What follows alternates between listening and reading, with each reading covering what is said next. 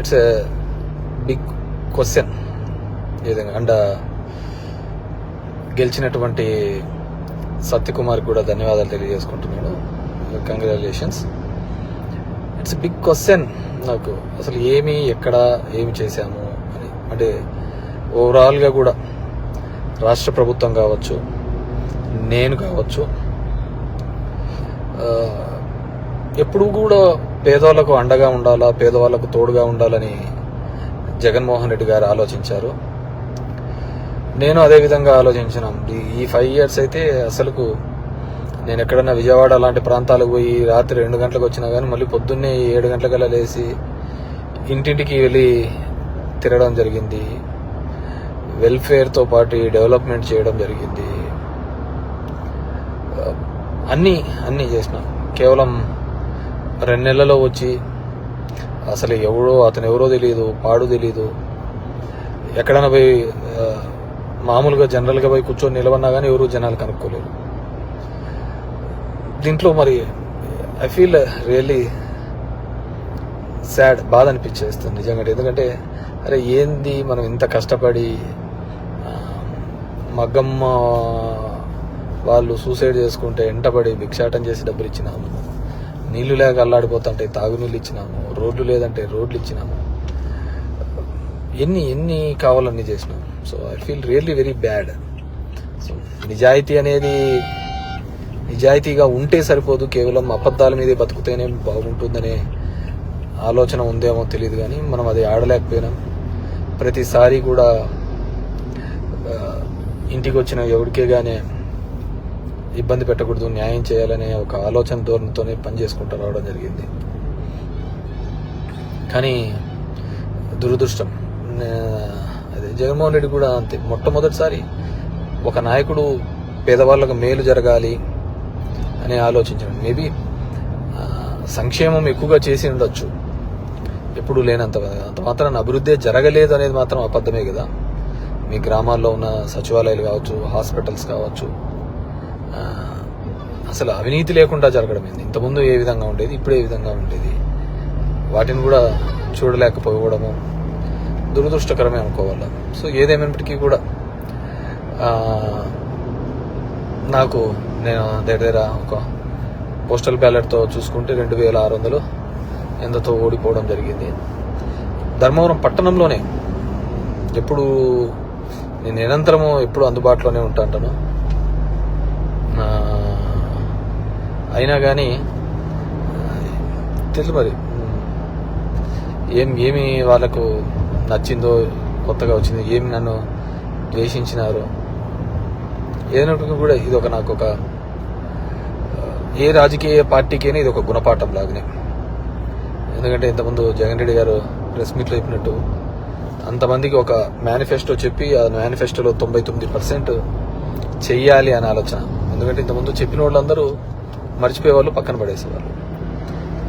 So దానికి కర్నూలు చావుకు చాలా ఉన్నాయని చెప్పి అబద్ధాలు అనే దానిల మీద ఈ టైటిలింగ్ యాక్ట్ అంటారు, ల్యాండ్ టైటిలింగ్ యాక్ట్ అంటారు, ఇది అంటారు.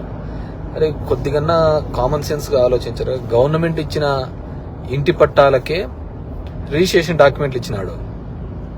గవర్నమెంట్ ఇచ్చిన ఇంటి పట్టాలకే రిజిస్ట్రేషన్ డాక్యుమెంట్ ఇచ్చినాడు. అది కూడా మాట్లాడితే ఎట్లా? గవర్నమెంట్ ల్యాండ్లకే రిజిస్ట్రేషన్ చేపించి ఒరిజినల్ పత్రాలు ఇచ్చినాడు. మీ భూములు జగన్ రెడ్డి తీసుకుంటాడంటే ఎలా నమ్మగలిగిన? అది ఒక కారణం అయ్యింటే అది ఎలా నమ్మగలిగినారో ఏమో కానీ అర్థం కావట్లే. సో చూద్దాం. ఇప్పుడు చంద్రబాబు నాయుడు తన అనుభవంతో సంపద సృష్టించాడు. ఏ రోజు సంపద సృష్టించినాడో కూడా తెలియదు. ఆయన ఇంతవరకు ఎప్పుడు సంపద సృష్టించినది, ఎప్పుడు అప్పులు పెట్టిపోయినాడే తప్ప 14 సంవత్సరాలుగా ముఖ్యమంత్రిగా ఉన్నప్పుడు సంపద ఎప్పుడు సృష్టించలేదు అనమాట. సో సంపద సృష్టిస్తాడన్నాడు. ఎప్పుడు లేని విధంగా సచివాలయంలో 1,50,000 జాబ్స్ ఇప్పించడం జరిగింది. ఇవన్నీ కూడా ఇక్కడ క్యాలిక్యులేషన్లోకి రాలేదు.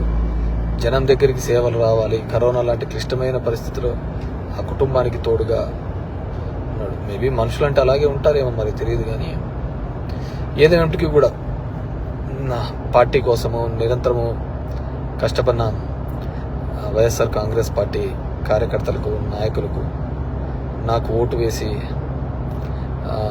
నా ప్రజలకు అందరికీ కూడా పేరు పేరున ధన్యవాదాలు. మా నాయకులకి, కార్యకర్తలకు కూడా ఒకటే చెప్పదలుచుకున్నాను. ఊర్లో చిల్లర అన్నీ కూడా చేస్తూ ఉంటారు, కానీ లెక్క ఎప్పటికీ తప్పదు. లెక్కలు ప్రతి ఒక్కరు ఉంటాయి. కాబట్టి అందరూ కూడా సమన్వయంతో ఉండండి. మనం ఎవరికే కానీ చెడుపు చేసినది లేదు, ఇది లేదు. మన గడప శత్రువు తొక్కినా ఆ శత్రువుకు మంచి చేసేది తప్ప చెడు చేయలేదు అనమాట. సరే, కొన్ని అనివార్య కారణాల వల్ల మనం ఓడిపోయి ఉండొచ్చు.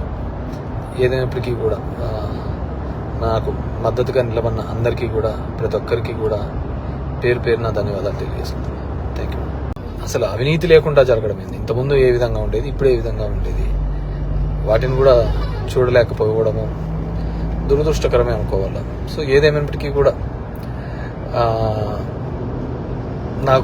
నేను దగ్గర ఒక పోస్టల్ బ్యాలెట్తో చూసుకుంటే 2600 ఎంతతో ఓడిపోవడం జరిగింది. ధర్మవరం పట్టణంలోనే ఎప్పుడు నేను నిరంతరము ఎప్పుడు అందుబాటులోనే ఉంటాను. అయినా కానీ తెలుసు మరి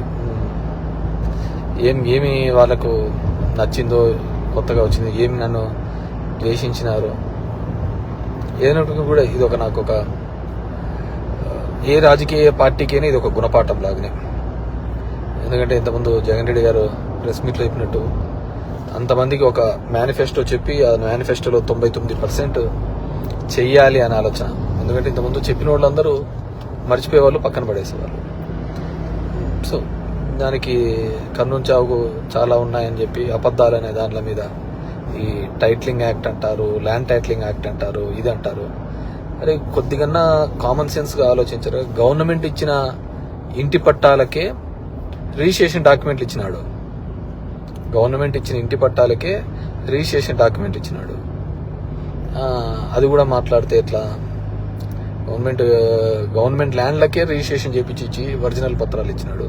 మీ భూములు జగన్ రెడ్డి తీసుకుంటాడంటే ఎలా నమ్మగలిగిన? అది ఒక కారణం అయ్యింటే అది ఎలా నమ్మగలిగినారో ఏమో కానీ అర్థం కావట్లే. సో చూద్దాం. ఇప్పుడు చంద్రబాబు నాయుడు తన అనుభవంతో సంపద సృష్టించాడు. ఏ రోజు సంపద సృష్టించినాడో కూడా తెలియదు ఆయన. ఇప్పుడు ఆపరేషన్ లేకుండానే మోకాళ్లకు ప్లాస్మా ట్రీట్మెంట్. మీ ఆర్థోపెడిక్ సమస్యలన్నిటికీ రోబోటిక్ టెక్నాలజీ ద్వారా తక్కువ ఖర్చుతో శాశ్వత పరిష్కారం. Free consultation. ప్రతి ట్రీట్మెంట్ పై 20% డిస్కౌంట్. ఈ ఆఫర్ కొద్ది రోజులు మాత్రమే. త్వరపడండి. V9 hospitals 9281465842.